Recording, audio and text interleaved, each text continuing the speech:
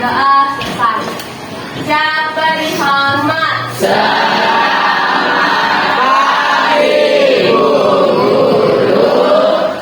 Lagi juga. Oke. Minggu lalu ada yang masih ingat kita mempelajari materi apa? Tentang apa?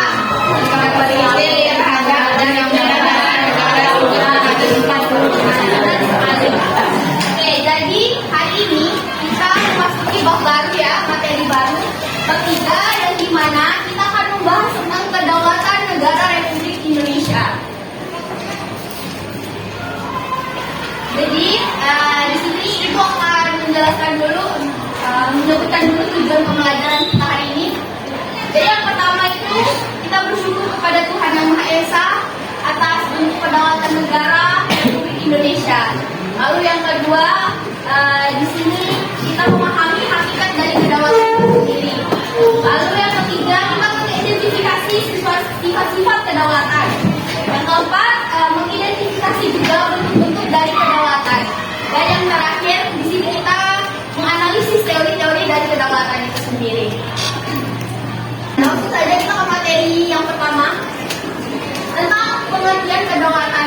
Di sini ada yang tahu nggak sih apa itu kedaulatan? Atau pernah dengar gitu? Atau pernah membacanya? Ada yang tahu apa itu kedaulatan?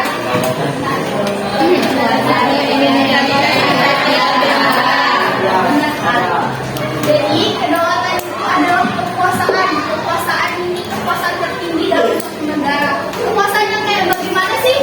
Jadi kekuasaan ini maksudnya itu dia mencakup seluruh wilayah maupun seluruh warga masyarakat yang ada di suatu negara itu sendiri. Gitu. Jadi negara yang berdaulat itu adalah negara yang sudah memiliki kekuasaan. Jadi dia menjalankan pemerintahannya sendiri. Negara itu sendiri yang mengatur berjalannya pemerintahan itu sendiri tanpa campur tangan dari negara lain. Jadi dia yang negara ini sendiri yang berkuasa atas kedaulatan rakyatnya. Gitu.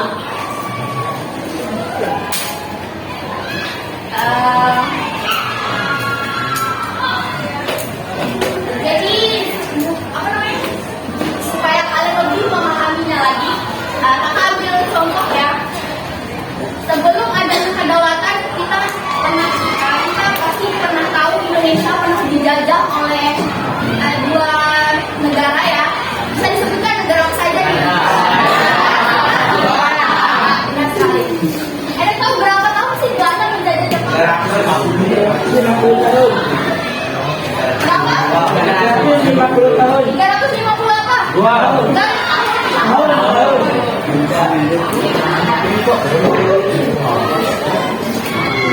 nah, kalau Jepang sendiri dijajah Indonesia selama berapa tahun? Ada yang tahu? Apa lagi satu? 3 tahun. Ah, iya, 3 tahun. Jadi sebelum adanya kedaulatan ini, bangsa Indonesia ini pernah dijajah oleh dua negara ini, yaitu negara Belanda dan Jepang. Negara Belanda sendiri menjajah Indonesia selama 750 tahun. Bisa kalian bayangkan betapa lamanya kita dijajah oleh bangsa Belanda ya. Dimana tersisanya bangsa Indonesia pada saat itu. Jadi kita sekarang bisa menikmati hasil dari perjuangan para pahlawan-pahlawan kita terdahulu. Kita bisa sekolah dengan enak di sini, kita bisa bermain dengan enak dengan teman-teman kita sendiri, kita bisa jalan-jalan kemana-mana saja. Bisa, kan dulu kan kita masuk masa penjajahan ya, jadi nggak ada yang namanya kita bermain, sekolah itu semua dibatasi oleh negara ini. Negara inilah yang memegang kendali kekuasaan pemerintahan kita pada saat itu.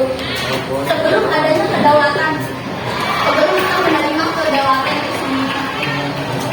Jadi kita dijajah selama itu, semua sistem pemerintahannya mereka yang mengatur. Jadi kita hanya sebagai budak di negara kita sendiri.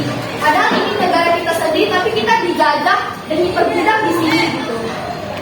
Sebelum adanya kedaulatan. Nah, atas semangat perjuangan para pahlawan dan nenek moyang kita sendiri juga ya, mereka berhasil memerdekakan Indonesia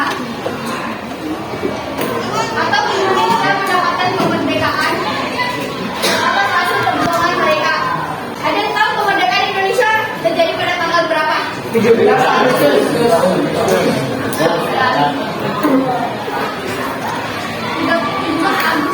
tahun ya.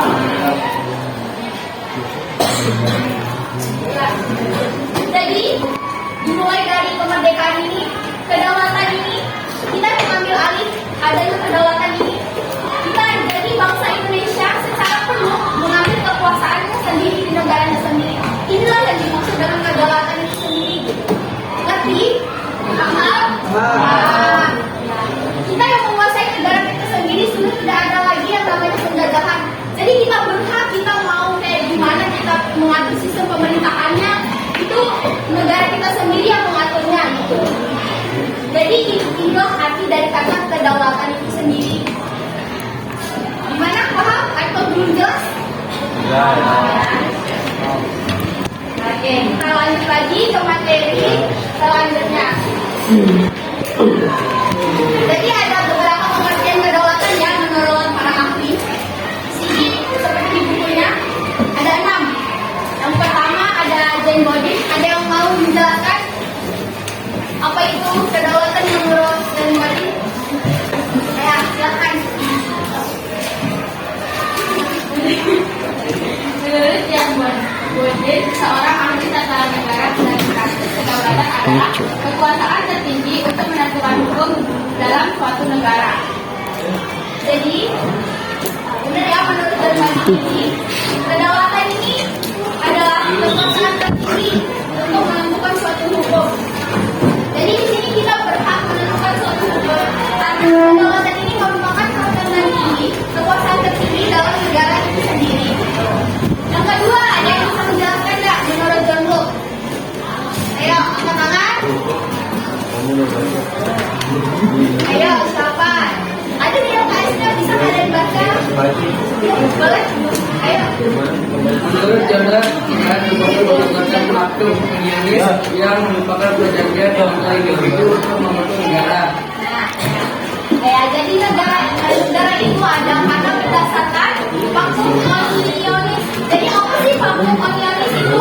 Ya, faktor kolonialis ini merupakan perjanjian antara individu untuk membentuk suatu negara tadi seperti yang sudah dijelaskan oleh temannya. Nah, lalu selanjutnya ketiga menurut Russell. Ada yang bisa menjelaskan? Ya, silakan. Menurut Russell, negara dibentuk atas kehendak rakyat melalui kontrak. Kontrak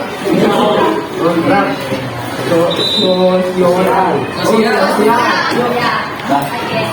Ya, jadi menurut Russell ini negara itu terbentuk karena apa? Karena adanya kehendak tapi kontrak sosial antara warga negaranya gitu. Yang keempat, menurut Putra Kusuma ada yang tahu? Ada yang mau menjelaskan? Silakan. Ayo.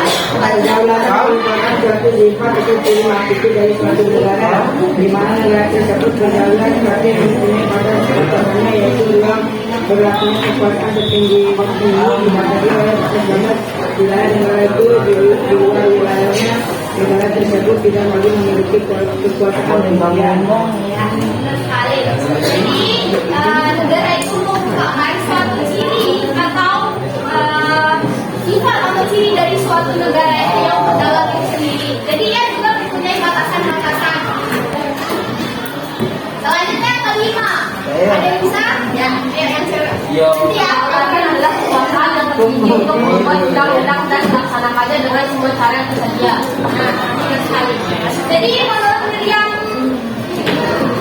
Budiarto ini, jadi kekuasaan tertinggi ini untuk membuat suatu sistem pemerintahan atau undang-undang dasar dan di mana kita sebagai warga negaranya berhak ikut adil dalam melaksanakan kewajiban kita dalam suatu undang-undang yang telah dibuat di dalam undang-undang. Nah, yang terakhir siapa? Ayo. Oh iya, silakan. Nah,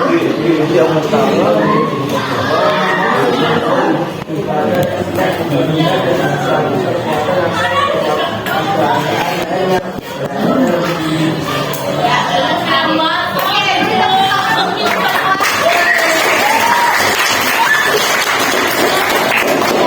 sekali kalian ya.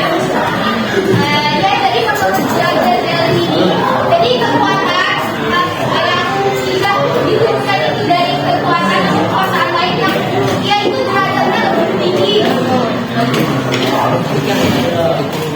Oke. Nah, pokoknya sampai sini yang menurut apa namanya kedaulatan menurut para ahli. Paham ya? Paham. Kita lanjut lagi ya. Kita lanjut ke sifat-sifat kedaulatan. Nah, di sini ada 5 sifat kedaulatan. Yang pertama apa? Bisa? Ada yang bisa menjelaskan apa itu permanen? Artinya kedaulatan itu tetap ada selama negara itu sendiri. Ya, jadi dia tetap ada, tetap itu tidak akan tergoyahkan oleh apapun selama negara itu ada. Jadi bersifatnya itu permanen tetap ya. Nah, lalu yang kedua ada asli. Ada yang bisa menjelaskan asli itu seperti apa? Tidak berdasarkan Tinggi. Ayo, cowok. Boleh, Kak. Tidak kedaulatan negara sendiri kekuasaan lain yang lebih tinggi. Oke, benar sekali ya. Jadi asli itu artinya kedaulatan yang bukan berasal dari kekuasaan lain. Jadi dia tetap asli. Tahu kan kata asli itu apa namanya? Ori gitu, originalnya. Asli dari negaranya itu sendiri. Lalu yang ketiga ada bulat. Siapa yang mau menjelaskan? Bulat terkait dengan sifat kedaulatan bulat ini. Siapa? Bulat ya? Bulat artinya kedaulatan tidak dapat dibagi-bagikan, merupakan satu-satunya kekuasaan tertinggi dalam suatu negara karena dapat melakukan kelurahan. Betul sekali. Jadi sifat kedaulatan bulat ini tidak bisa terbagi-bagi. Jadi dia sistemnya bulat, tidak bisa dipisahkan atau dibagi-bagi dengan kekuasaan-kekuasaan lainnya. Yang keempat, tidak terbatas. Ayo. Terbatas Bentar ya. kekuasaan itu tidak ada yang membatasi, sebab jika ada yang membatasi akan merenyahkan sifat kedaulatan. Benar sekali. Jadi tidak terbatas ini tidak ada yang membatasi sistem pemerintahannya itu mau kayak gimana, seperti apa gitu. Sistem kedaulatannya bagaimana gitu. Tidak ada yang membatasi. Sehingga dia disebutkan tidak terbatas ini. Nah yang terakhir yang kelima absolut. Ayo. Jangan. Absolut artinya tidak berputar. Absolut artinya tidak lain lebih tinggi selain kedaulatan.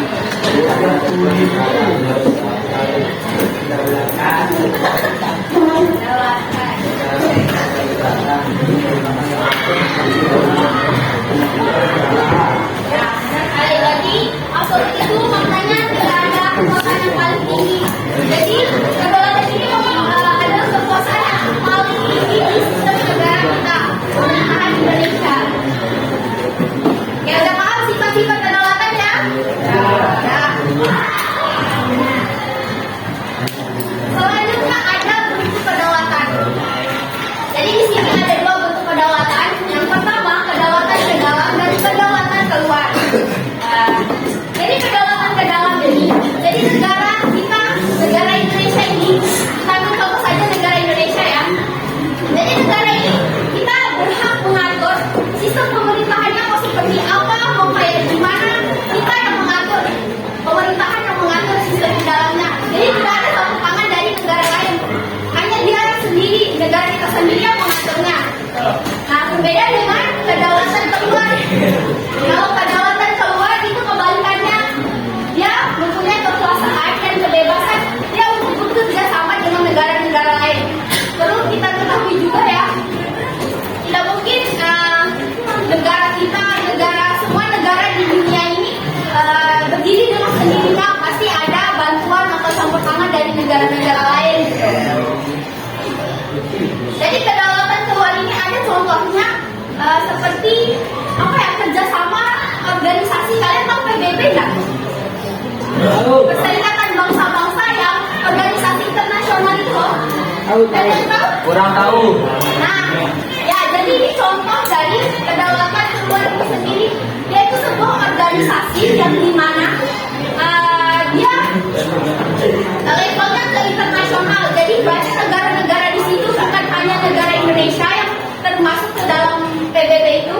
Banyak sekali negara-negara yang organisasi itu. Nah, Indonesia sendiri bergabung dalam organisasi itu sendiri, dalam organisasi PBB itu sendiri. Nah, inilah contoh konkret dari kedaulatan keluar ini. Jadi saling menjalin silaturahmi atau kerjasama gitu dengan negara-negara lain. Gitu. Sampai sini paham yang materi kedaulatannya yang menurutnya? Atau ada yang mau ditanyakan? Ayo, boleh. Paham ya? Nah, kita ke materi terakhirnya. Teori-teori kedaulatan. Ada 5 teori kedaulatan di sini ya. Ada yang bisa menjelaskan teori kedaulatan Tuhan itu seperti apa? Saya mau menjelaskan nih teori kedaulatan Tuhan. Teori yang aku bilang ayo baca teori kedaulatan Tuhan. Mungkin yang lainnya ada. Teori kedaulatan Tuhan menganggap pemilik kedaulatan yang sesungguhnya adalah Tuhan. Doktrin kedaulatan Tuhan berkaitan erat dengan alam pemikiran teologis yang menganggap Tuhan sebagai primat, causa atau penyebab utama. Teori ini meyakini lahirnya suatu negara hanya dapat terjadi bila dikehendaki Tuhan. Oke, cukup ya. Nah, jadi teori kedaulatan Tuhan ini dia mempercayai bahwa yang memegang kekuasaan tertinggi itu Tuhan begitu. Yang mengatur sistem pemerintahannya, mereka percaya bahwa Tuhanlah yang mengatur sistem kekuasaan mereka. Mereka mempercayai bahwa Tuhanlah yang mengatur segala kekuasaan itu atau kedaulatan itu sendiri pada negaranya. Kita lanjutkan ke teori kedaulatan negara. Ada yang bisa nih jelasin lagi teori kedaulatan negara? Ada. Oke, Teori yang berasal dari negara, kedaulatan yang berasal dari negara. Yaitu menjelaskan bahwa kekuasaan tertinggi itu berada pada negara. Jadi negara yang mengatur semua sistem pemerintahannya, baik itu dari segi politik, ekonomi, sosial, budaya. Jadi negara lah yang mengaturnya itu. Tidak ada campur tangan oleh individu atau kelompok. Jadi negara, pure negara yang mengatur kedaulatan itu sendiri pada suatu negara. Nah, kemudian selanjutnya teori kedaulatan raja. Ada yang tahu nggak? Ayo, ada yang bisa jelasin itu maupun paling belakang. Ya, teori kedaulatan raja. Ayo, ada di LKS nggak? Sakit kayakku terus. Ada di tangan raja. Raja dianggap sebagai wakil Tuhan untuk urusan duniawi dan kuasanya bersifat mutlak. Udah? Nah, jadi dari teori kedaulatan raja ini, sistemnya kayak apa ya? Mereka masih memakai sistem pemerintahan kerajaan gitu. Kayak negara-negara, ada yang bisa sebutin nih negara-negara yang masih memakai teori kedaulatan raja ini. Apa? Brunei. Ya. Arab. Ya. Brunei. Masuk. Lagi apa lagi? Brunei. Final. Brunei. Prancis ya. Korea Utara. Nah, benar. Korea Utara. Jepang Barat. Negara yang dekat dengan Indonesia. Di samping. Malaysia. Malaysia. Thailand. Ya, Thailand benar sekali. Oh, asik.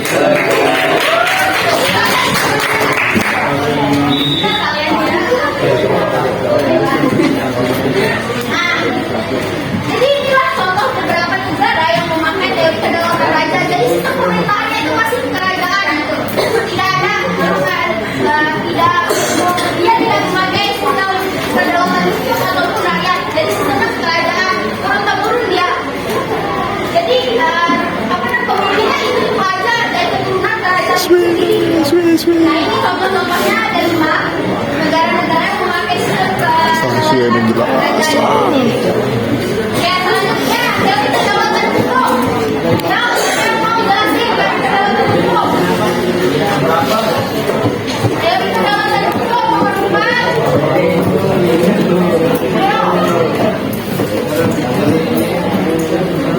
Coba.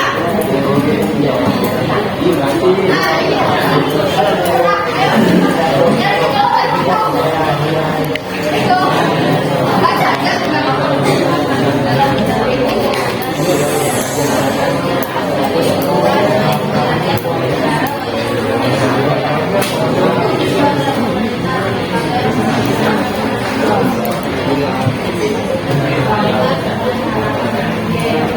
jadi dari kedaulatan dia berlandaskan pada hukum.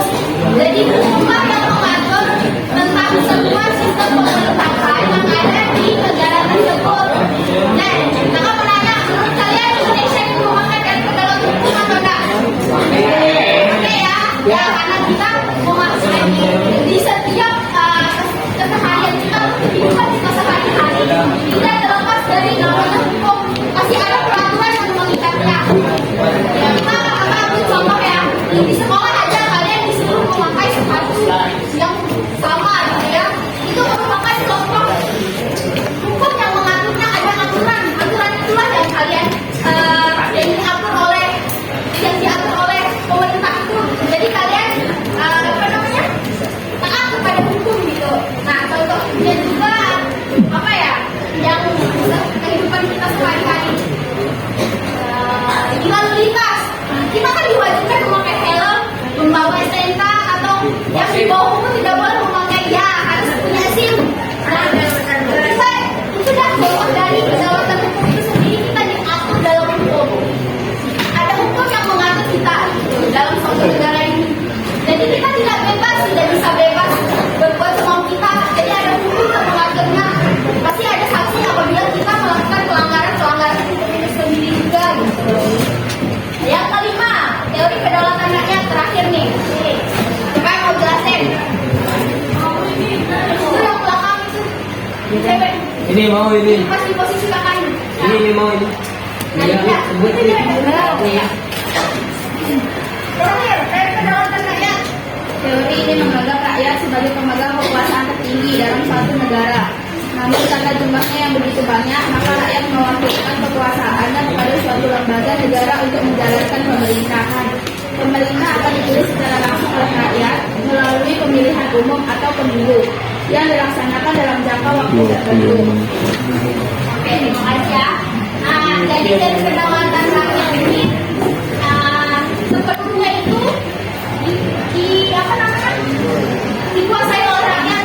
Tapi karena jumlahnya banyak, tidak mungkin semua kan kita punya keinginan untuk mengatur diri kita sendiri. Nah, oleh karena itu untuk mengatur itu pemerintah membuat kebijakan yang dimana ada satu orang yang memimpin negara kita. Siapa yang memimpin negara kita? Presiden.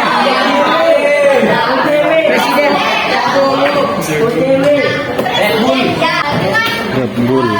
kita memilih seorang pemimpin, kan kita biasanya melakukan pemilu ya, pemilihan umum, baik itu pemilihan presiden, DPR. Mungkin kalian belum pernah lihat coblos yang lain. Belum ada yang coblos di sini. Saya udah keluaran maju. Nah, berarti yang belum ada yang pernah coblos ya di sini. Ya, jadi kita punya namanya kisah demokrasi yang dimana setiap 5 tahun sekali. Nah, selama 5 tahun sekali kita melakukan kisah demokrasi yang dimana kita melakukan pemilu. Ada satu pasangan pemilu itu apa? Benar sekali. Nah, kita memilih siapa presiden kita, siapa yang mengatur kita, siapa yang mengatur kita dalam negara Indonesia ini. Jadi arti dari kedaulatan itu sendiri, rakyat yang memegang kendali atas semua sistem pemerintahan itu sendiri. Nah, jadi di sini kita akan membagi kalian dalam 5 kelompok. 5 kelompok. Jadi langsung aja ya, akan bagi kalian dalam 5 kelompok. Dari sini, perhatiin sini. Nah, hitung 1 sampai 5. Kayak gini ya. Satu kamu tersenyum. Satu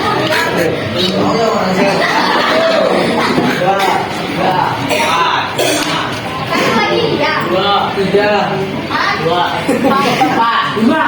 5. 1, 2, 3. Tiga. Jadi 5 kelompok ini nanti kakak udah siap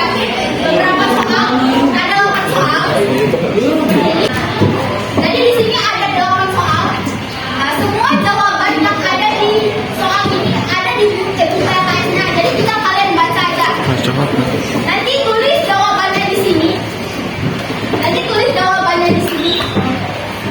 Terus kita melanjutkan untuk main permainan gitu ya, biar seru, biar kalian tidak bosan, tidak boring. Kalian cari dulu jawaban dari soal-soal ini. Kalian cari dulu, diskusiin dengan teman kelompoknya. Jawaban apa yang mau dipakai, yang benar kayak gimana, kalian bebas. Dan diskusiin dengan teman-teman kelompok kalian. Oke?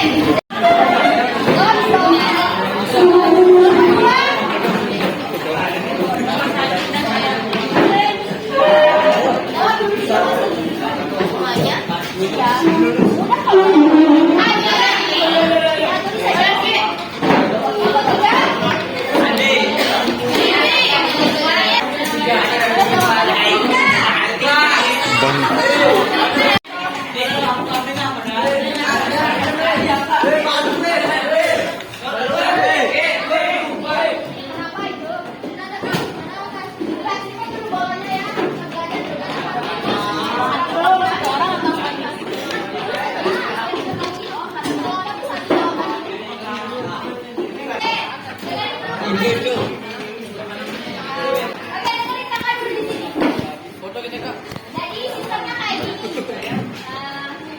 Udah dapat semua lembarannya ya? Gabung nggak sama teman-temannya? Oke, jadi jawabannya kalian cari di SMS. Ada semua jawabannya di situ dari udah kayak cuma satu warna aja jawabannya yang nggak banyak-banyak. Kita itu latihan ganda sebenarnya. Ya, berapa kalian bisa lagi? Kita makan jelasin guys, tadi sistemnya.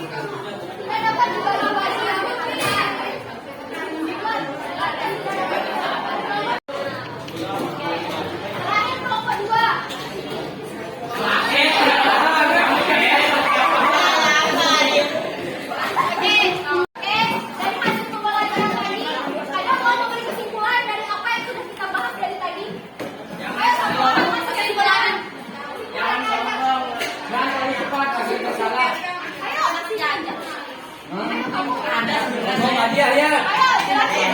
Kamu, Hom, kamu. Apa aja yang kita pelajari tadi, materi apa aja, kayak gitu ada kesimpulan. Lagi deh, coba.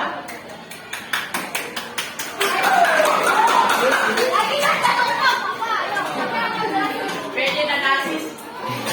Ini aku jawab. Oke, jadi ini apa pelajaran kita hari ini? Jadi kedaulatan negara kesatuan Republik Indonesia itu benar kekuasaan tadi. Nah, jadi kita bakal jelasin teori-teorinya, bentuk-bentuknya.